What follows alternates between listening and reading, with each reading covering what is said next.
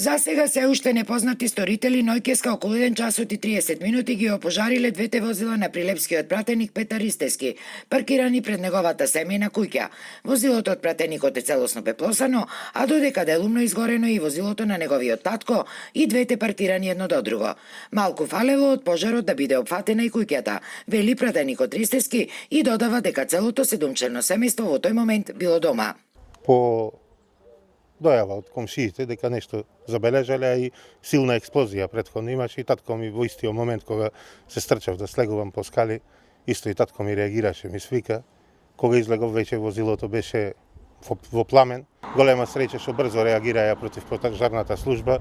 Ристевски вели дека претходно немал никакви лични закани, а немал ниту долгови кон некого, но се сомнева дека овој разбойнички чин најверојатно има политичка заплашувачка заднина, особено после неговото излагање во парламентот дека ни мртов нема да гласа за отворање на уставот. Пред 4 години ми беше опожарена викенд куќата. Сторителите не се пронајдени. Како татко на 3 малолетни деца и пратеник, ова го ценам како обид за убиство и напад врз институција.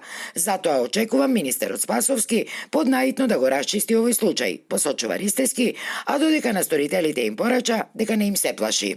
Ниту ќе ме заплашат, ниту ќе ме поколебаат, но оваа стресна ситуација ниту ќе ја заборавам. Доколку во најбрз можен рок, уште во теков на денов, не добијам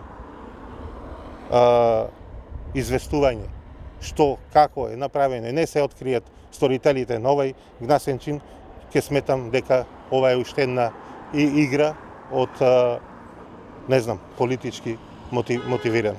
По инцидентот се огласија и од Општинскиот комитет на ВМРО ДПМНЕ, чиј актуелен претседател неодамна исто така беше жртва на сличен чин. Веќе видени и познати методи на некакво заплашување кога СДСМ е на централна власт. Прашуваме, дали може би ова се методите и јаловите обиди во трката за обезбедување на двотретинско мнозинство за смена на уставот. Порачуваме дека не се плашиме. Ваквите методи, ваквите чинови на вандализам и дивење нема да не поколебаат да бидеме на страната на народот и вистината.